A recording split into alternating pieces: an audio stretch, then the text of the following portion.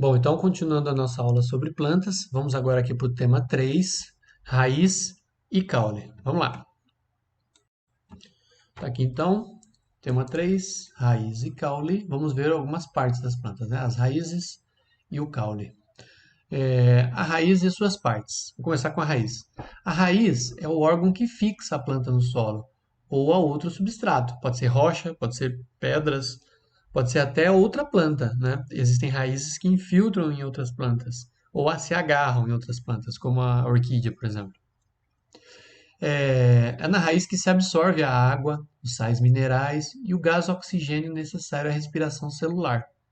Tá? Então, pelas raízes entram tudo isso: a água, sais minerais e até o oxigênio. Entra também pelas folhas, mas pelas raízes também. Pois assim, em uma raiz podemos identificar regiões: a coifa, a zona de multiplicação celular, a zona de alongamento, a zona pilífera e a zona de ramificação. Vamos dar uma olhadinha ali embaixo? Tem um esquema aqui, ó. Tem um esquema aqui embaixo que é a ponta de uma raiz. Olha como fica a ponta da raiz.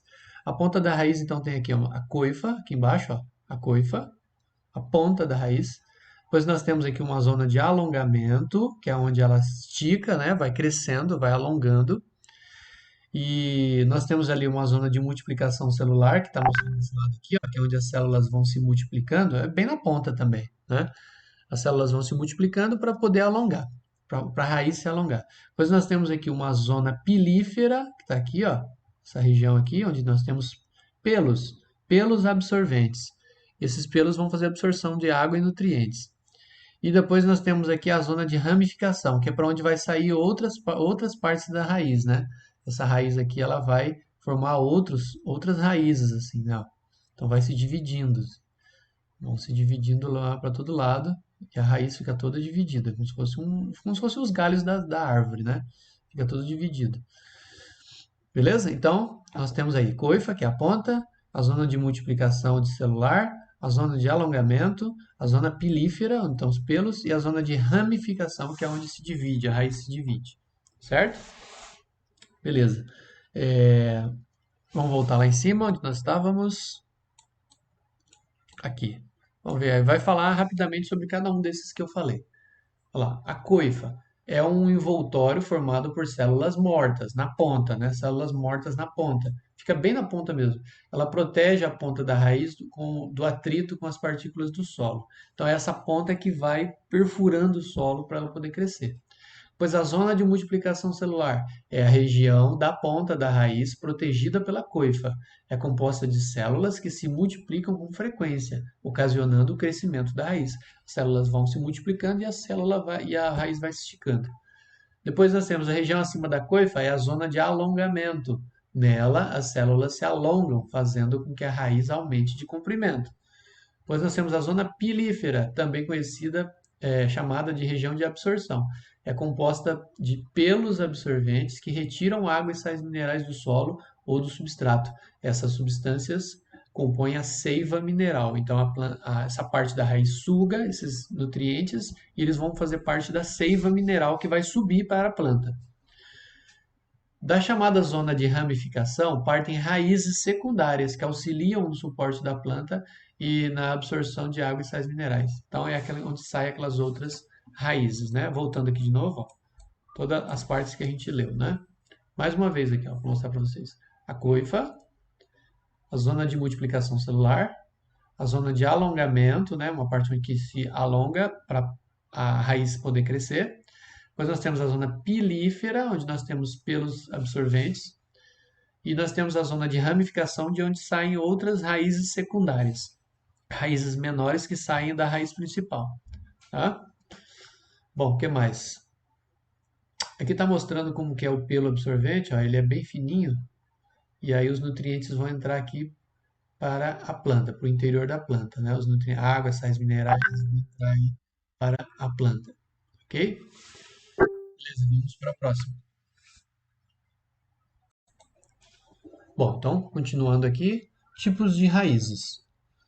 É possível classificar as raízes em pivotantes e fasciculadas. Pivotantes e fasciculadas. Vamos ver cada uma delas? Primeiro, pivotantes. Raízes pivotantes, também chamadas de axiais. A palavra axial quer dizer eixo, tá? Eixo, eixo principal.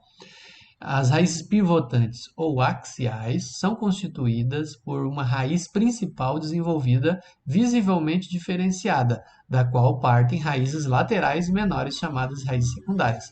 É mais ou menos isso aqui, ó. Você tem uma raiz principal aqui, uma raiz principal, e aí saem as outras raízes dessa raiz principal, certo? É mais ou menos assim, ó. Então dá para ver nitidamente que existe uma raiz no meio que é a mãe das outras, né? Dá para ver aqui do lado, ó, aqui no desenho, ó. Aqui você tem uma raiz principal, né? E aí saem as outras raízes secundárias, saem da principal, olha só. Certo? Isso é uma raiz pivotante, tem um pivô, ou axial, ela tem um eixo principal, um eixo central. Já as raízes fasciculadas, também chamadas de adventícias, são formadas por várias raízes finas que apresentam aproximadamente o mesmo tamanho. Nesse tipo de sistema de raízes, não existe uma raiz principal claramente diferenciada. Olha só o outro desenho do lado. As raízes são todas mais ou menos do mesmo tamanho, ó, e são todas espalhadas assim, ó. São todas espalhadas, não tem uma raiz aqui que é a principal, né? Seria mais ou menos assim, ó, várias parecidas, assim, saindo de uma planta. As gramas são assim, tá? A grama é desse jeito. Você puxa a grama, você não vê aí tá aqui a planta aqui, né? Você não vê uma raiz principal, tá? Já se você puxar, por exemplo, um pé de feijão ou, sei lá, um pé de até o pé de mandioca, né? As mandiocas no subsolo, mas sempre tem uma raiz principal no meio, tá? Mas a grama, por exemplo, ela é assim. Tem várias raizinhas todas iguais, não tem um eixo principal. Bom, aí seguindo. A maioria das raízes é subterrânea. Subterrânea quer dizer embaixo da terra, né? Volta a puxar aqui, ó. Aqui. Mas existem também raízes aéreas, que ficam no ar, ficam acima da superfície do solo. E também tem raízes aquáticas. Há raízes modificadas que desempenham funções específicas. Entre elas, incluem-se raízes sugadoras, raízes que elas penetram em outras plantas para sugar as substâncias das outras plantas. Olha lá, extrair matéria de outras plantas. Raízes tuberosas, que são aquelas que armazenam substâncias, por exemplo, sei lá, beterraba, né? Aquela bolota que armazena os nutrientes. Ou a própria mandioca, né? Raízes respiratórias que captam o gás oxigênio do ar. Às vezes tem plantas que ficam num lugar alagado e as raízes saem para fora do alagado, do lodo, do pântano, da água para poder respirar. E também tem raízes tabulares que formam tábuas, aquelas árvores enormes que tem uma lateral parecendo uma tábua. Vamos ver se dá para desenhar aqui. A planta desce assim aquele tronco, aí quando chega aqui perto do chão, ela faz isso aqui, ó, faz essa virada assim. Aí você tem várias assim, ó. A planta ela é assim. Tem umas tábuas, como se fossem umas tábuas aqui assim. Dá até para entrar aqui, ó, a pessoa fica aqui no meio, ó, pequenininha, né? É bem grande. Vou ver se tem imagem daqui a pouco para mostrar. Bom, aí nós temos três fotos aqui, vamos dar uma olhadinha. Olha só, três tipos de raízes. Você tem aqui, na primeira, é uma orquídea. A orquídea, dá para ver as raízes aqui, ó. A raiz fica segurando a planta aqui, ó. Ela meio que abraça a planta aqui, né? Para poder se segurar. Então a raiz da orquídea, ela é aérea, ela está no ar, ela é aérea, ela fica no alto e ela cresce exposta ao ar. Então tem que cair água ali, uma chuva, o orvalho para a planta poder sugar a água e os nutrientes, ok? Depois do lado nós temos um cipó. Está crescendo sobre uma outra planta. Então tem uma planta verdinha aqui e tem esse cipó laranja aqui, ó, ele está todo enrolado em cima da planta. Tá? O cipó não faz fotossíntese com as suas raízes sugadoras e ele extrai os nutrientes de outras plantas. Então o que acontece? A raiz entra dentro da outra planta e rouba dela os nutrientes, tá? Por isso que é uma raiz sugadora, para ela poder sobreviver. E depois nós temos aqui as raízes respiratórias de plantas da espécie Alvicenia germinans, conhecida como mangue, no manguezal, né? O mangue são aquelas plantas que ficam naquele pântano que fica ali na praia, aquele lamaçal, aquela água que fica ali, próximo ao mar. Então aqui você tem um monte de raiz aqui, ó, para fora, porque isso aqui fica alagado com frequência, né? A maré alta vem aqui, enche isso aqui de água do mar e essas plantas ficam, essas raízes ficam todas espetadas para cima para poder respirar, tá? Para a planta não morrer, ok? Então vamos para a página 86 agora. Bom, a gente falou então das raízes, vamos falar agora dos caules. Tá aqui o caule e as suas partes. O caule das angiospermas, lembram, né, que as angiospermas são aquelas que têm fruto e flor, né? Semente, fruto e flor. O caule das angiospermas dá sustentação à planta, é o que sustenta a planta. Ele também transporta a água, sais minerais e o alimento produzido na fotossíntese. Ok, passa pelo caule, todos esses nutrientes. Alguns caules também fazem fotossíntese. Quando o caule ele é verde, também faz fotossíntese nele, tá? Bom, aí diz assim: de maneira geral, o caule é composto de gema apical, gemas laterais, nós e entrenós. Vamos dar uma olhadinha no desenho? Tem um desenho aqui embaixo, ó. Vamos ver se a gente acha esses quatro aqui, ó. Deixa eu puxar mais um pouco aqui. Sim. Aqui, partes do caule. Vamos entender esse desenho aqui? Tá aqui, ó. Primeiro tem parece um broto aqui, ó, no meio. Deixa eu fazer caneta preta. Parece um brotinho aqui, ó, no meio das folhas, crescendo. Isso aqui é a gema apical da camélia. Camélia é a planta, né? Camélia. Então aqui é a gema. É aqui onde vai crescendo a planta. A planta vai subindo aí, né? Vai surgindo galho, depois folha, vai crescendo. É o brotinho da folha. Então tá lá em cima, ó, gema apical, bem na ponta da folha, tá? Depois nós temos aqui, ó, gema lateral, que é onde vai surgir um novo galho. É uma gema também, é uma partezinha onde sai um galinho novo ali, tá? Depois nós temos outra gema lateral aqui, mas aí está originando um ramo, olha lá o ramo nascendo, né? Nós temos um entrenó, deixa eu apagar aqui essa parte aqui, tá o ramo, ó, o ramo nascendo. Aí nós temos o entrenó aqui, ó, que é uma parte vazia ali, onde não tem folhas, né? E nós temos o nó aqui embaixo, ó. O nó onde você tem já um galho saído, né? Já tem um galho que já está crescendo, já está crescido. E nessa região, então, isso chama-se nó. Vamos ver cada um lá em cima? Vamos falar dos quatro aqui, ó. Aqui. Vamos lá. Primeira gema apical, que é a ponta da folha. Também conhecido como meristema apical.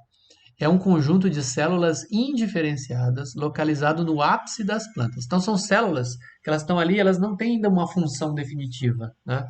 Elas são, a gente chama de células indiferenciadas, elas não têm uma diferença ainda de uma para outra. Aí diz assim: a multiplicação dessas células promove o crescimento em comprimento do caule. Então, o caule vai crescendo, né? Conforme essa gema vai produzindo células, vai formando o caule e a planta vai subindo. Aqui do lado está falando o que é ápice, né? O ápice é o ponto mais alto, é o topo da planta. E está dizendo que são as células indiferenciadas, são células que não possuem estrutura ou função específica. Ainda não é uma célula de tronco, não é uma célula de folha, é uma célula que não tem função ainda, ela só está se multiplicando para fazer a planta crescer. Aí nós temos aqui a gema lateral. É um conjunto de células indiferenciadas localizado na junção entre as folhas e o caule. Perto no pé da folha tem essa região aí. A multiplicação dessas células permite o crescimento de ramos laterais, ou pequenos galhos, né, que vão crescendo para os lados. Pois nós temos o nó. O nó é a região do caule na qual surgem as folhas. A região entre dois nós consecutivos é chamada de entrenó. Tá? Então o nó é onde vai sair a folhinha. Bom, agora o transporte de seiva, que é o transporte das substâncias dentro da planta. Deixa eu puxar um pouquinho para cima aqui. Diz assim: a condução das seivas mineral e orgânica pode ocorrer por difusão de célula para célula, passando de uma célula para outra, como nas briófitas, lembra das briófitas, os musgos, ou pelos tecidos de condução, que é o xilema e o floema, como das plantas vasculares. Então, o transporte pode ser de planta para planta, ou de célula para célula, ou de vasos condutores, levando os nutrientes para as células. O xilema é o que a gente vai ver agora. O que nos interessa mais são as plantas com vasos condutores. O xilema é constituído por células que formam tubos muito finos que conduzem a seiva mineral desde as raízes até as folhas. Então, olha só, das raízes para as folhas é de baixo para cima. O líquido que vai das raízes para as folhas é chamada de, cadê? Seiva mineral. Seiva mineral, tá? Quem transporta a seiva mineral da raiz para as folhas, de baixo para cima, é o xilema. É o xilema, são os tubos chamados xilema. Ok, aí diz assim, cadê a caneta amarela? A capilaridade é a propriedade que os líquidos têm de subir por tubos muito finos. Você tem um tubo muito fino dentro da planta, a água sobe por esse tubo. Quanto mais estreito o diâmetro do tubo, mais alto é o nível atingido pelo líquido que sobe por ele. Então, você tem um tubo muito fininho, o líquido ele sobe por esse tubo. E quanto mais fino ele é, mais alto dá para subir. Por isso, a capilaridade é um dos fatores que possibilitam a chegada da água absorvida pelas raízes até as folhas no topo das árvores. Você tem uma árvore enorme de 30, 40, 50 metros, 100 metros de altura, e a água chega lá, através de um processo chamado capilaridade. Ou seja, a água vai subindo por pequenos capilares, pequenos tubos, muito, muito finos.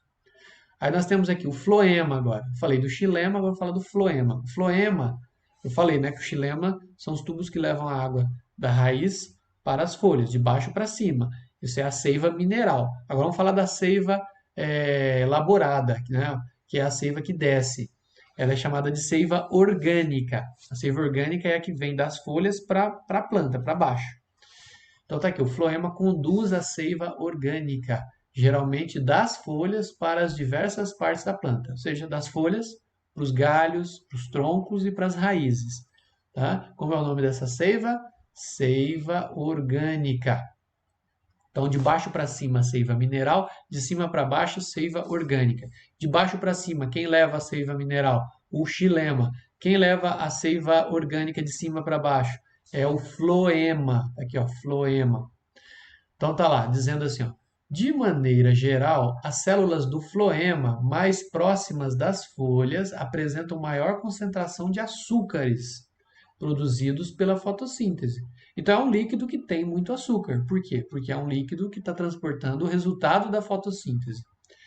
Isso faz com que essas células recebam água, arrastando os açúcares em direção a outras partes da planta.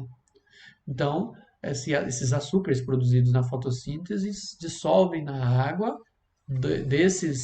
dessa seiva do floema, né? A água que está no floema, e aí o floema vai descendo esse líquido que é a seiva orgânica. Beleza? Vamos para o próximo.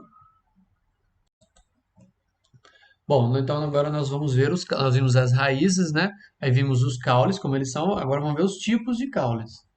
Vamos lá, tipos de caules. Aqui já é a página. Ih, perdi aqui, deixa eu ver. Aqui já é a página 87. 87, deixa eu pegar aqui. Ok, vamos lá.